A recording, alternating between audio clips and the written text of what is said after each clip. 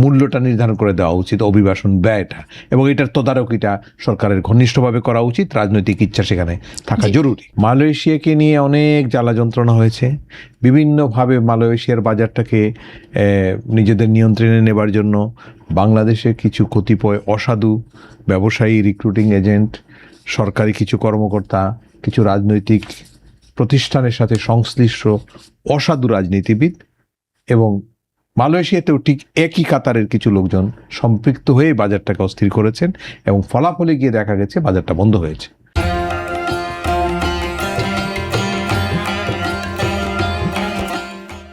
আমরা আবার যখন এই কাজগুলো বাজার খুলবার চেষ্টা হয়েছে, গতকালকেই আমি বোধহয় তাদের মানব সম্পদ মন্ত্রীর বক্তব্য শুনেছি।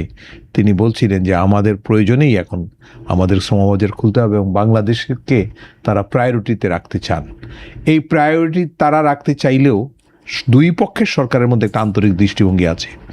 জনাব আনোয়ার ইব্রাহিম যেভাবে চেষ্টা করছেন, আমাদের দেশের নতুন প্রধানমন্ত্রী জনাব তারেক রহমানও এটা নিয়ে বাজারটাকে উন্মুক্ত এবং পরিবেশটাকে ভালো করবার জন্য চেষ্টা করছেন। এই দুই প্রধানমন্ত্রী এবং দুই দেশের রাষ্ট্রীয় উদ্যোগের ক্ষতির কারণ হয়ে দাঁড়ায় ওই কতিপয় অসাধু ব্যক্তি, যারা এখানেও বাজারটাকে নিয়ন্ত্রণ করতে চায়, মালয়েশিয়ায় নিয়ন্ত্রণ করতে চায়।